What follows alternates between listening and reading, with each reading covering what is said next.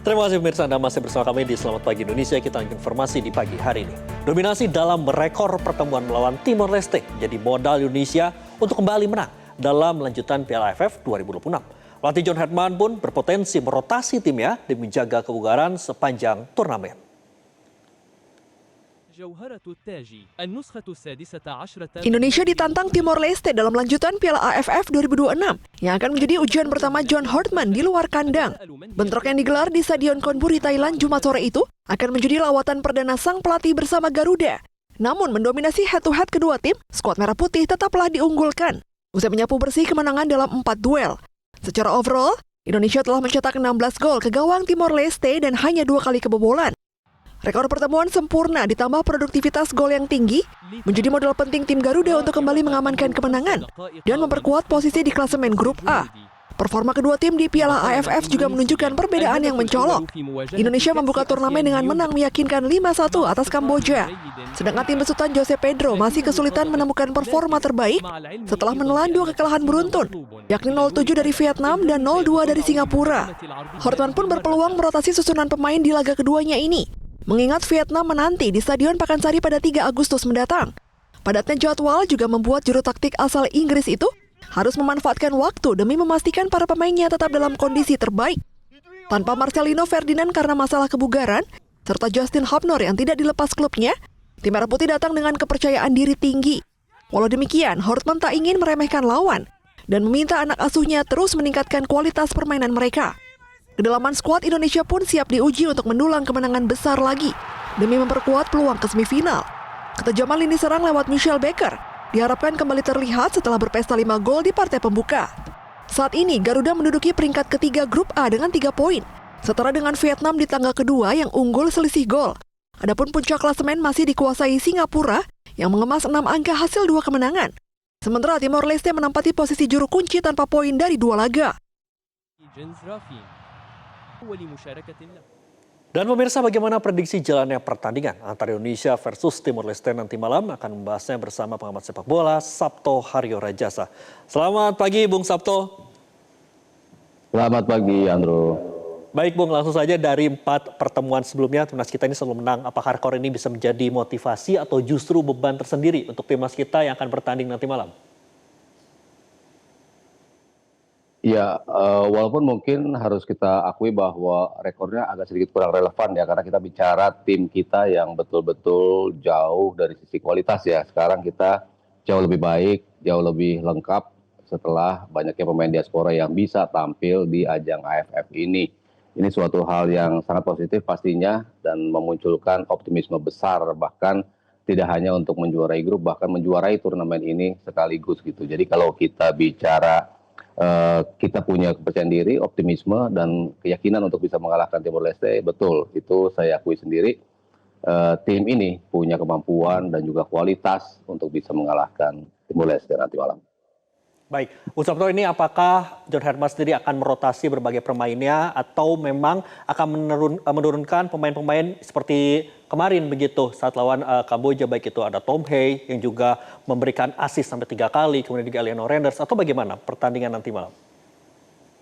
Iya, memang kalau based on apa yang dilalui Timor Leste ya dalam 2 pertandingan sebelumnya, mereka kalah 7-0, kalah juga 2-0, artinya dengan tim seperti ini kita juga bisa mengalahkan mereka dengan skor yang cukup signifikan ya kalau kita bermain dengan full tim gitu. Cuman kita melihat 2 laga ke belakang justru yang lebih krusial, di mana kita akan bertemu dengan Vietnam dan juga bertemu dengan Singapura. Ini 2 laga yang mengharuskan kita untuk bisa memetik kemenangan justru di 2 laga setelah ini. Makanya isu untuk rotasi selalu dimunculkan media ketika konferensi pers bersama Herdman, tapi Herdman selalu tidak ingin menjawab. Biarkan itu menjadi teka-teki dan biarkan publik menebak-nebak, katanya seperti itu gitu. Cuman kalau saya pribadi melihat dari 2 game Timor Leste setelah mereka kalah 7-0, di game kedua mereka sebetulnya lebih banyak berbenah ya, lebih tidak memberikan keluasaan bagi pemain untuk atau lawan untuk bisa mengembangkan permainan dan juga meng-create chance. Artinya mungkin tidak akan semudah itu juga kita melihat bahwa mereka dibantai oleh Vietnam 7-0, harusnya kita juga menang besar. Tidak melulu harus seperti itu. Makanya kayaknya Hartman akan melakukan rotasi, tapi beberapa pilar-pilar tetap akan dia pertahankan. Karena kan krusial juga, kita tahu Timor Leste adalah tim yang punya kemampuan untuk melakukan counter attack dengan sangat luar biasa. Jadi takut juga kalau kita betul-betul mengganti semua pemain, lalu kita akan justru kecolongan di menit-menit krusial. Bung Sabto, kemudian pertanyaan selanjutnya, formasi dan skema apa nih yang paling cocok untuk dipakai John Herdman begitu untuk membongkar pertahanan? Kalau tadi Bung Sabto sempat menyinggung terkait dengan counter attack begitu yang dilakukan oleh Timor Leste yang perlu diwaspadai, sepertinya formasi apa yang paling ideal begitu untuk dilakukan oleh John Herdman? Iya, komposisi kayaknya tetap akan bermain dengan 3-4-3 ya, atau 3-4-2-1. Itu yang menjadi formasi andalan dari John Herdman.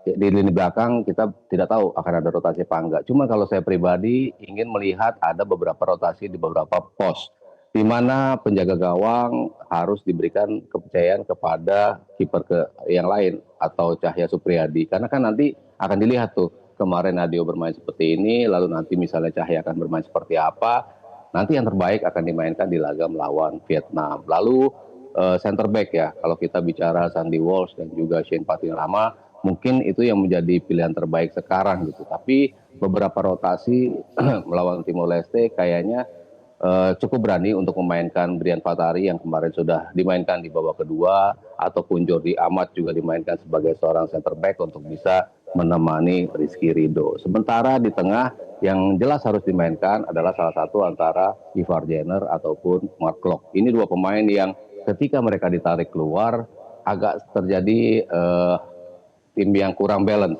dengan hanya memainkan Tom Haye di lini tengah, karena tidak ada pemain yang bisa membantu Haye meng-coverage area yang cukup luas, terutama dalam aksi transisi tadi. Makanya dua pemain ini tampaknya harus dimainkan, entah itu Mark Klok, entah itu Ivar Jenner, atau berbarengan. Tapi Tom Haye masih bisa digantikan oleh Rehan Hanan ya. Ini pemain yang juga punya potensi untuk bisa mengendalikan lini tengah dan juga melakukan operan-operan ke depan.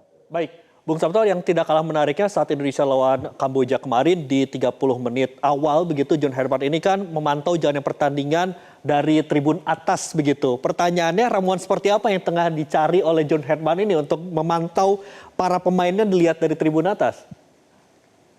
Iya, memang hal seperti ini kerap dilakukan ya beberapa pelatih. Yang paling signifikan mungkin Luis Enrique. Kalau kita tahu ketika dia baru datang di AS Roma pada saat itu, dia langsung memasang stagger tinggi untuk bisa memantau timnya di tempat sesi latihan. Lalu ketika bertanding, dia memilih untuk melihat timnya secara helikopter view. Karena dia bisa melihat, oh ini pergerakannya seperti ini, oh ini garisnya seperti ini. Itu yang akan lebih terlihat kalau dia berada di posisi yang lebih tinggi.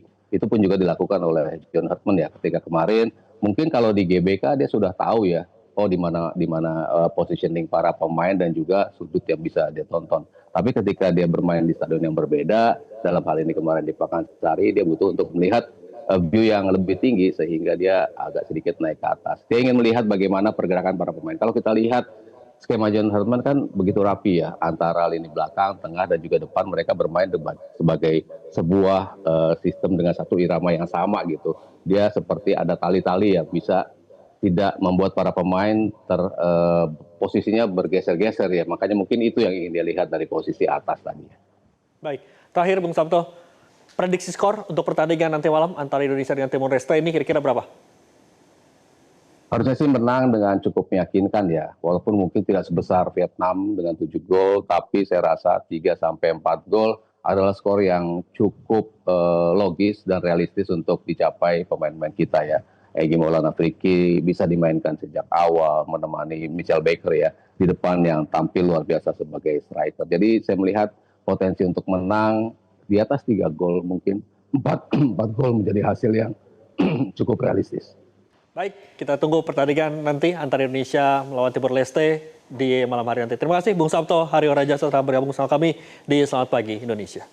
Download Metro TV Extend sekarang.